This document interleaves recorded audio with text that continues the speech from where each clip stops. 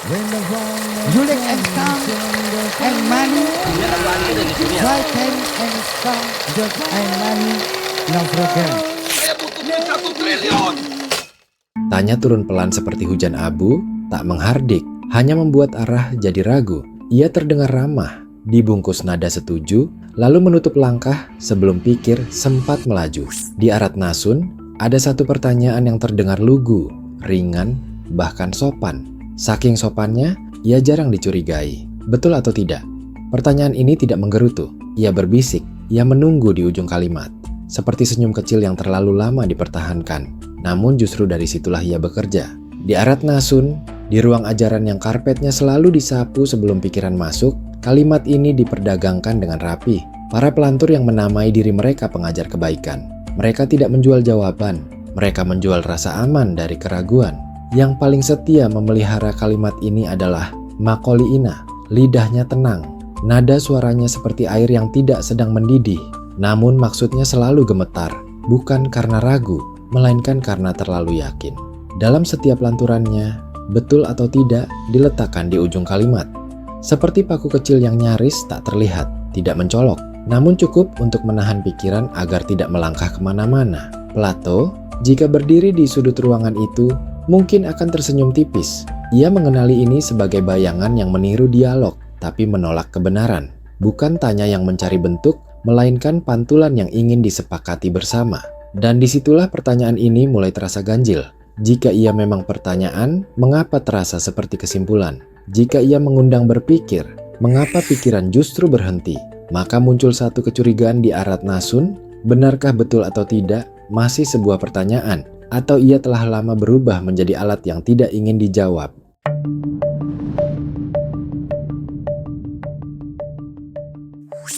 Dalam lanturan Macaulay Ina, pertanyaan tidak lagi berfungsi sebagai pintu. Ia menjadi hiasan dinding. Ada di sana, terlihat intelektual, tapi tidak bisa dibuka.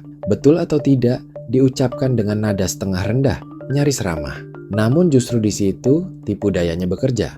Ia tidak mengundang koreksi. Ia menutup kemungkinan koreksi dengan sopan. Di Arat Nasun, orang diajari bahwa menolak itu kasar.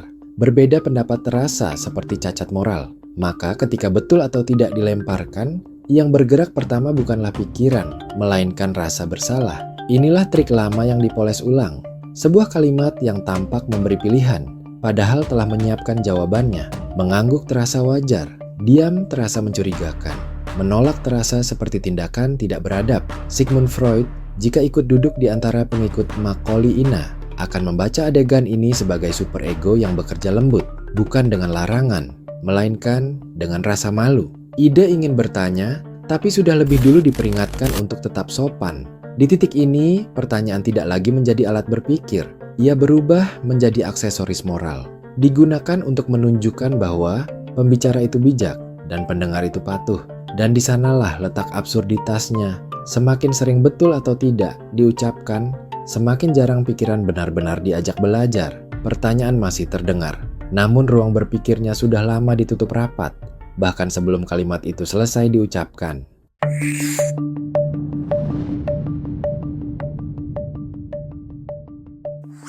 Di ruang ajaran Macaulay Ina, keanehan tidak pernah ditolak. Ia justru disambut, bukan dengan sorak, tapi dengan karpet merah yang digelar pelan-pelan. Seganjil apapun lanturan yang meluncur dari mulutnya, betul atau tidak, selalu tiba lebih dulu. Ia membingkai kenyataan sebelum kenyataan sempat berdiri sendiri, seperti bingkai emas pada lukisan yang belum selesai dilukis.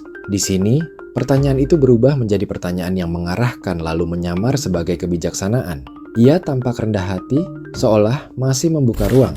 Padahal alternatif lain sudah dibuat terasa salah bahkan sebelum sempat lahir.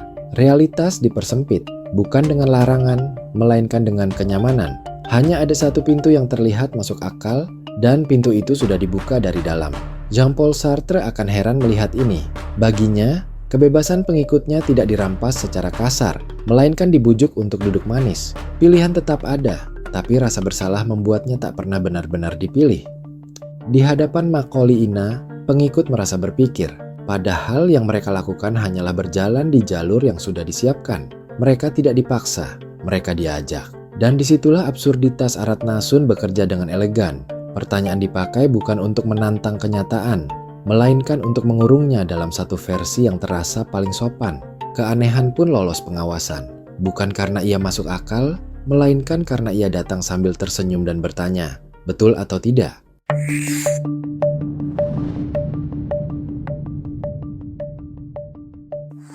Di Aratnasun, betul atau tidak pernah benar-benar meminta jawaban. Ia hanya berpura-pura singgah sebentar, lalu pergi membawa kesimpulannya sendiri. Di tangan Macaulay Ina, pertanyaan ini menjadi kunci, bukan pintu. Begitu diucapkan, diskusi otomatis terkunci dari dalam.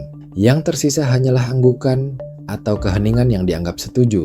Ini bukan pertanyaan yang menunggu tanggapan. Ini pertanyaan retoris yang sudah lelah mendengar perbedaan. Ramah di nada, otoriter di fungsi. Pengikut tidak diminta menjawab, mereka diminta mengakui bahwa apa yang barusan diucapkan sudah semestinya benar, bahwa kebersamaan lebih penting daripada keakuratan. Albert Camus, bila menyimak dari sudut ruangan di mana Macaulay Ina melantur, akan melihat absurditas klasik. Manusia berpura-pura bertanya pada dunia, padahal ia sudah memutuskan untuk tidak mendengar jawabannya. Di titik ini, betul atau tidak, bekerja seperti palu kecil, tidak memukul keras, namun cukup sering diketukkan di nalar, hingga penolakan terasa melelahkan. Diskusi tidak hilang karena dilarang, ia hilang karena dibuat tidak perlu, karena jawaban terasa sudah jelas, bahkan sebelum kalimat selesai diucapkan. Dan itulah keanehan yang diterima sebagai kewajaran di Aratnasun. Pertanyaan yang seharusnya membuka ruang, justru dipakai untuk memastikan tak ada ruang yang benar-benar tersisa.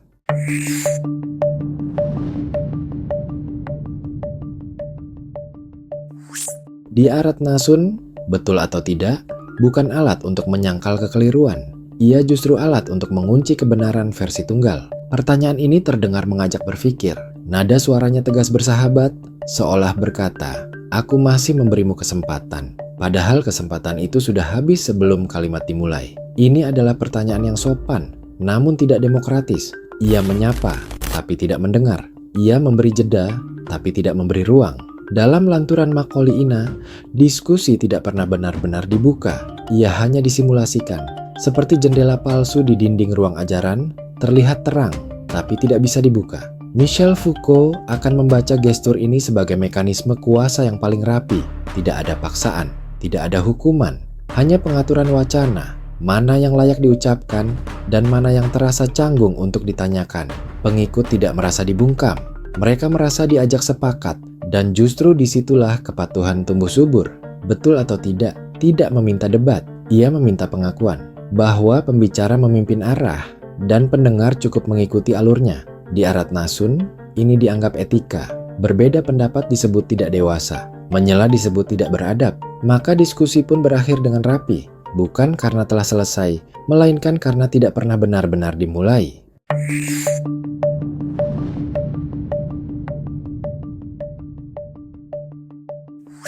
Di tangan Macaulay Ina, betul atau tidak berdiri sendirian.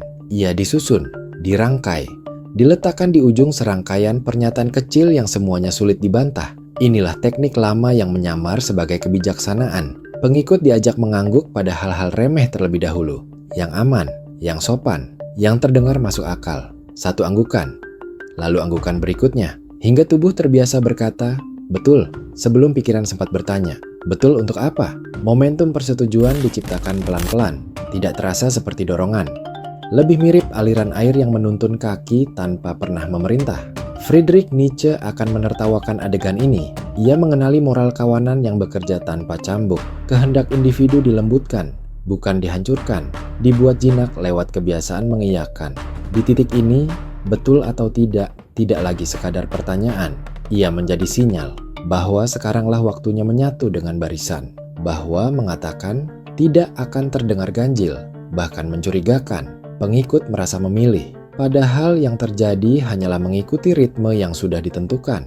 Seperti tepuk tangan yang dimulai satu orang, lalu menyebar sebelum ada yang sempat berpikir apakah pertunjukannya layak diapresiasi. Dan di sanalah ironi itu mengendap. Persetujuan lahir bukan dari pemahaman, melainkan dari kebiasaan untuk tidak menghentikan persetujuan.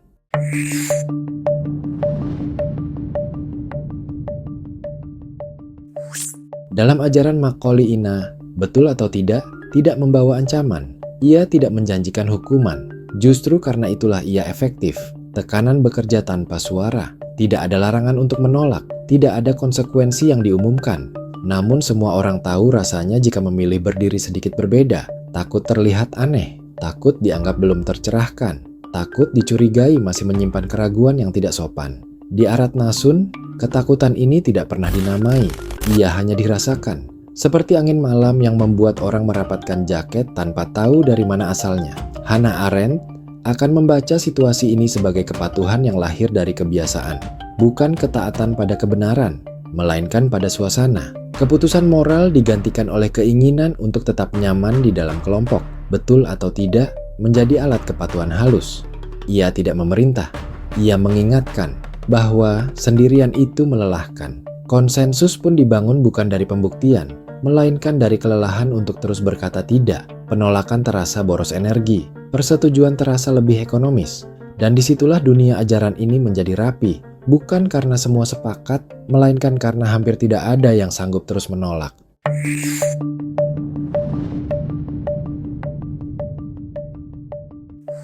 Lama-kelamaan, di Arat Nasun, betul atau tidak lagi terdengar sebagai pertanyaan. Ia berubah menjadi bunyi, ritual kecil yang diulang agar semuanya tetap pada tempatnya. Lanturan Macaulay Ina diucapkan bukan untuk dijawab, melainkan untuk memastikan barisan masih utuh, bahwa tidak ada yang melangkah terlalu jauh ke seberang. Ia bekerja seperti lonceng kecil di leher kawanan, bukan untuk memberi arah, melainkan untuk memastikan bahwa siapapun yang keluar jalur akan terdengar. Di ruang ajaran Macaulay Ina, bunyi ini menenangkan, bukan karena ia benar, melainkan karena ia akrab. Pengikut merasa aman mendengarnya, seperti mendengar aba-aba yang sudah dihafal. Emil Durkheim akan melihat ini sebagai ritual sosial yang menyamar sebagai dialog. Fungsinya bukan produksi makna, melainkan pemeliharaan kebersamaan. Pertanyaan menjadi alat kohesi, bukan alat berpikir. Setiap kali betul atau tidak diucapkan, yang diuji bukan isi lanturan, melainkan kerapian barisan. Siapa yang terlambat mengangguk akan diperhatikan. Siapa yang diam terlalu lama akan dicatat, meski tidak pernah ditegur. Dan di sanalah absurditas menjadi normal. Pertanyaan tidak lagi melahirkan jawaban, ia hanya memastikan bahwa semua masih bergerak dengan kecepatan yang sama, ke arah yang sama, tanpa pernah benar-benar bertanya kemana.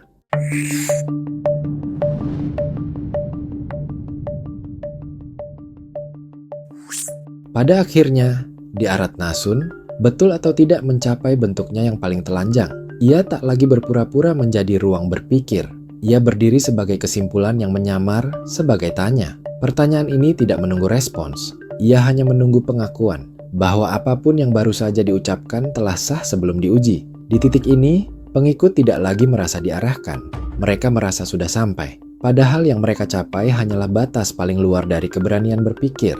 Soren Kierkegaard akan membaca adegan ini sebagai lompatan iman yang salah arah, bukan melompat ke dalam ketidakpastian, melainkan melompat menjauhi keraguan, karena ragu dianggap tidak sopan. Betul atau tidak menjadi mekanisme final. Ia menutup lingkaran. Tidak ada lagi pertanyaan lanjutan, karena semua lanjutan terasa seperti pengkhianatan.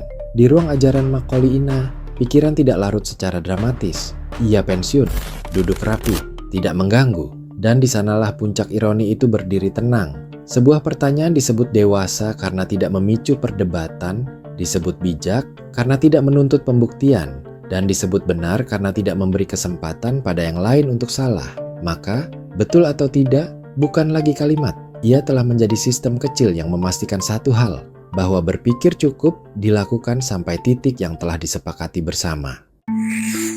Maka akhirnya di Arat Nasun, pertanyaan paling konyol ini mencapai puncak ironinya. Ia disebut pertanyaan, namun justru meniadakan tanya. Ia disebut ajakan berpikir, namun perlahan mengubur pikiran.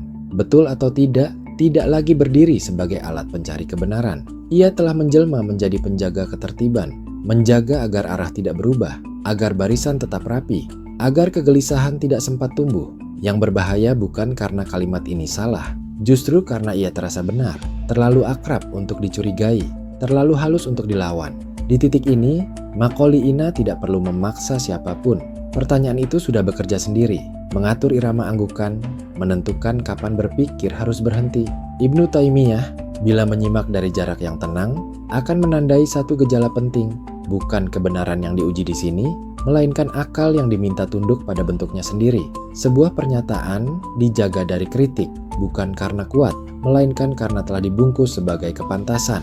Di Arat Nasun, orang-orang masih merasa bertanya, masih merasa berpikir, padahal yang mereka lakukan hanyalah merawat satu kebiasaan, menyetujui lebih cepat daripada memahami. Kadang yang paling berbahaya bukan jawaban yang keliru, melainkan pertanyaan yang sejak awal sudah menentukan jawabannya sendiri.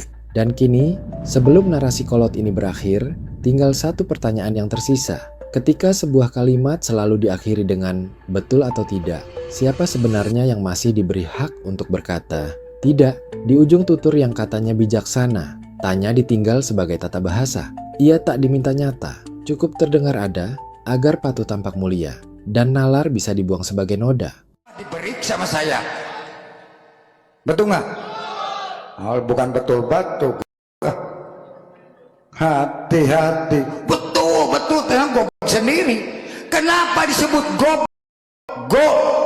Nah itu ilmu huruf.